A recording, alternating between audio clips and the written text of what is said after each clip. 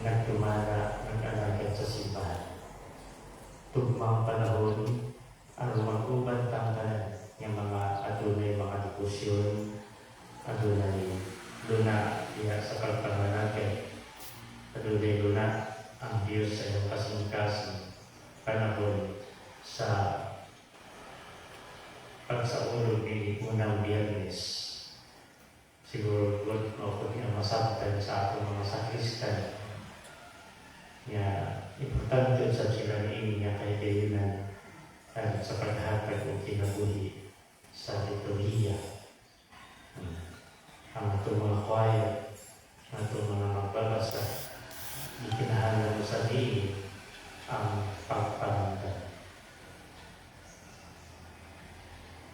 Sumara sa ating Ebanghelyo ang pagtanti sa karaan o sa mga bago, sa bago o sa karaan, kung sa may kalahingan, sa bago o sa karaan, karaan o sa bago.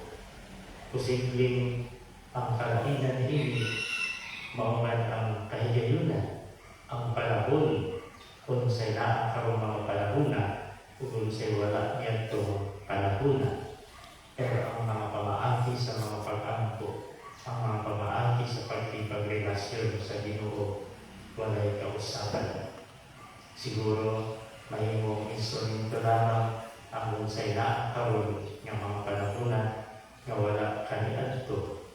Posibleng adunay na pong posibilidad ng karoon ng mga palahuna, adunay instrumento na mapadali ang communication, mapadali ang mga pagbuhat, pero ang pagkipagrelasyon sa Ginoo hindi inunana ng mga pamaagi nga atong dali-dalion, kinahanglan pangayuno nato ihatag diretso kung sa atong tuyo sa Ginoo na diretso ang magpabilin nga maoragi hapon ang kinaiya sa pagpasensya, ang kinaiya sa pagpaubos nga maugay ang makapahinuog sa Ginoo. Usahay diya sa atong kinabuhi, daghan di pag mga reklamo diya sa atong mga trabaho, reklamo diya sa atong mga gibuhaton, reklamo diya sa atong mga puritanan, reklamo diya sa atong mga palibot, reklamo diya sa mga tao na atong kanunay kakita, reklamo karagong kaayong mga gapangdaot, reklamo karagong kaayong mga tao na huwag ipagpakamala sa ilahang mga responsibilidad o mga katungdanan. Usahay po kayang mga reklamo na walay mga tugal-gagat kakapuyan sa ilahang mga trabaho, pero naay daghan nga nangantoy kung trabaho. Daghan kaayong mga reklamo nga kadaghan na bakay sa mga anak, pero naay mga pamilya, kasi ayon nga dukay na kayo nangantoy kung anak. Ang bali na kayo mga problema, bisag kung kaayo ang kahintang, pero walay maayong relasyon sa matang mga anak, sa matang membro sa pamilya. Samtang ang nagpuyot sa tugay-tay ng mga pulianan na ang ilang pagkahubsaman. Hait na makakaroon ang itawag na ito, justisya ilintan. Hangtod nga ang kasing-kasing ni Jesus, dili mo pinipray, dili mo dulot, diya sa atong mga kasing-kasing magpabilin kini mga hinungdan kong rason nga ang tao na bulag kayo diya sa Diyos tungod sa iyang padayon ng pagpakasala. Kung diya sa atong kinabuhi, atong masabtan na ang atong mga kakapoy, ang atong mga kabukat sa atong mga pangpati, kasakit sa atong mga balatian, kasakit sa atong mga dughan tungod sa mga pagkitago sa atong kinabuhi. Hangtod na kinakasing-kasing dili natin mahimo sa pagpigil sa kasing-kasing ni Jesus. Dili natin matagal-tagal ang pinaiyang mapausanan. Kung atong tanawan ang imahe ni Maria, ang iyang kasing-kasing diha sa presensya sa Ginoo. Pero bisan tuod niya na iya gihapon nakapagamtaman ang mga kasubo, mga kasakit, mga daghang mga pangutana sa iyang kinabuhi. Bisan tuod na ang siya ng mga kahintang, pero wala niya gibulag ang iyang kasing-kasing diha sa kasing-kasing ni Jesus. Mga na nahimo kay siya bulahan kanunay, at tuod niini siya nahimong angayan aron gasahan meaning grasya sa kalayaan.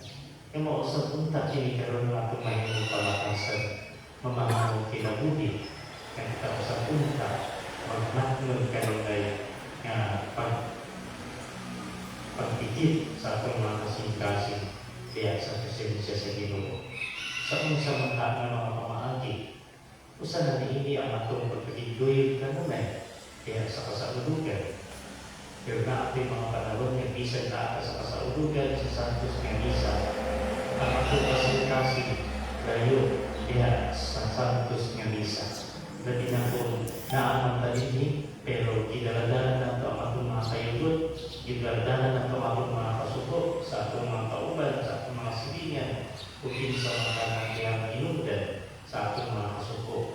Hangtod nga atong ang daladalahon sulod sa Santos nga Misa, layo lang yata ang itong kasing-kasing sa Ginoo. Mao galing na sa panahon sa pagsimba, we are required to come dili sa panahon na nagsugod na, dili sa panahon nga kumana o pag-ampo. Gi-required din kita diya sa pagtuloy sa Santos nga Misa 15 minutes before, at least 15 minutes before.